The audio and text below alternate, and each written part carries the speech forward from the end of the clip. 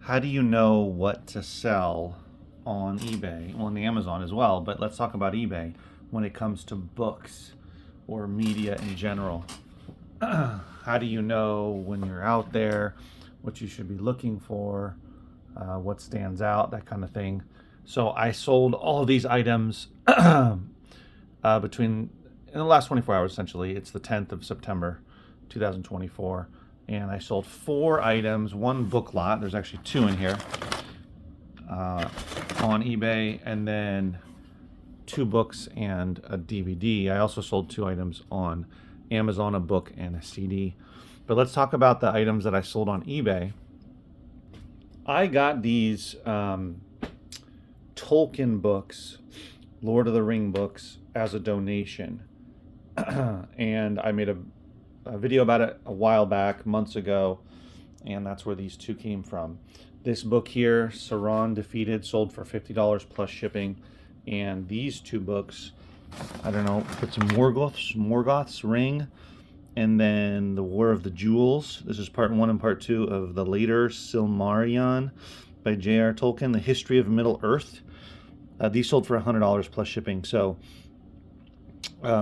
if you come across these, definitely pick them up if you can get them for a decent price, especially these 2 together. You could sell them individually, but together they go really well. There's not that many of them out there based on what eBay has to offer.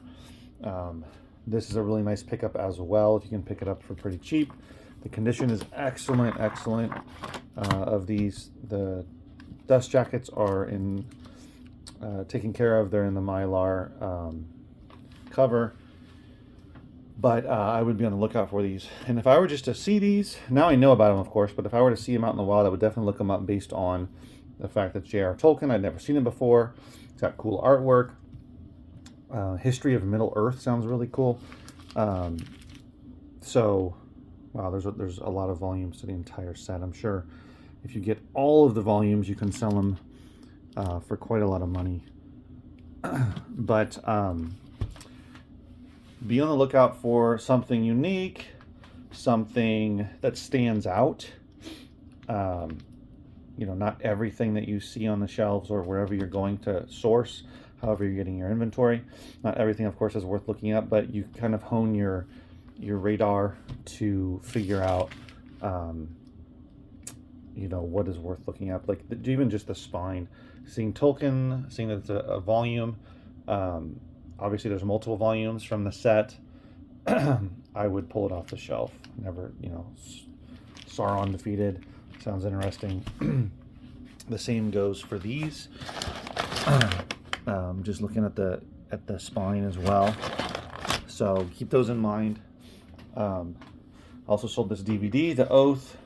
This came from a DVD lot that I purchased a couple months ago for $75. This one sold for $19.24 plus shipping. This one is sealed, so there was a bunch of sealed ones in there. Obviously, sealed is always better, but it's hard to come across sealed stuff consistently. But this one to me would stand out. The Oath sounds interesting. Zeitgeist Films is a brand, or is a production company that I would look out for. And then this one here, the Catwalk Cats, looks interesting to me. The cover, this was a donation back in June of this year. I don't remember which donation it was, or where it came from specifically. This one is actually signed by the author, so that always helps. Always be on the lookout for signatures, and also for first edition copies of books. The hardcover first edition is usually worth the most, but signed copies of books can also go for really good money, just depending on what it is. Even stuff that very few people know about, there's always a niche for everything, and if it's signed, it makes it more valuable, especially if that person did not sign very many books. So keep that in mind. Now, you don't need to go through every single book looking for signatures, but when you come across a book that's worth, that you feel is worth looking up, definitely take a look to see if it's signed, and if it's a first edition, because first edition or first printing can go for more money as well. So just generally, you need to be kind of aware of certain characteristics of books, the actual title, the author, and then the artwork, the style of it, that kind of thing. Because when it comes to selling media, there's a hierarchy of how many items are out there in the in the world, or even just in this country. And at the top of the pyramid are books. There's more books. Books crushes everything else. There's more books than any other media type. Way more books than DVDs, way more books than CDs, way more books than obviously VHS tapes, than vinyl, because obviously many more books have been published. Books have been around longer. So there's always going to be more books, which means it's really important to get better at knowing what to pick out, what to look up, what not to look up. This one also has a barcode, which means you can scan it into Amazon to get an idea. But if you're to see the signature, find the signature quickly when you open it up, you're going to know that you should probably look on eBay, not on Amazon, for collectible, more rare books. That's where you're going to usually get more money on eBay, basically. People are going to want to see pictures, that kind of thing. So with books, there's just so many more out there that it's hard, it can be overwhelming, which a lot of people say when they first start out. Even a few months in, they're like, wow, there's just so many books. I'm always seeing new books. However, you start to see trends of certain books that pop up all the time, dummy books. I'm blanking right now, but there's a lot of books that you'll see over and over again. And you'll know, of course, that they're not worth money. They're not worth looking up. But then, what's the next one, right? Then we're talking about vinyl records. There's tons of vinyl records. Then there's the next one's probably CDs, and then DVDs, that kind of thing. So, then you get down to VHS tapes, and of course video games, a lot less of those.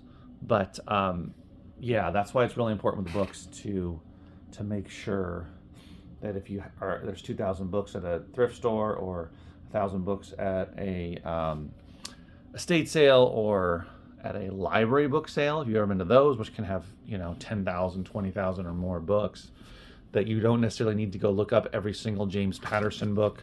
You don't necessarily need to look up, other authors, super prolific authors, especially fiction authors. Most of your money is going to be made in nonfiction. The fiction stuff is going to be, you're going to look for first edition, first printing, signed copies. You're going to look for, condition. If something is just pristine, and that can be worth some money, but not necessarily. Nonfiction, certain niches of nonfiction, almost any niche of nonfiction will do well.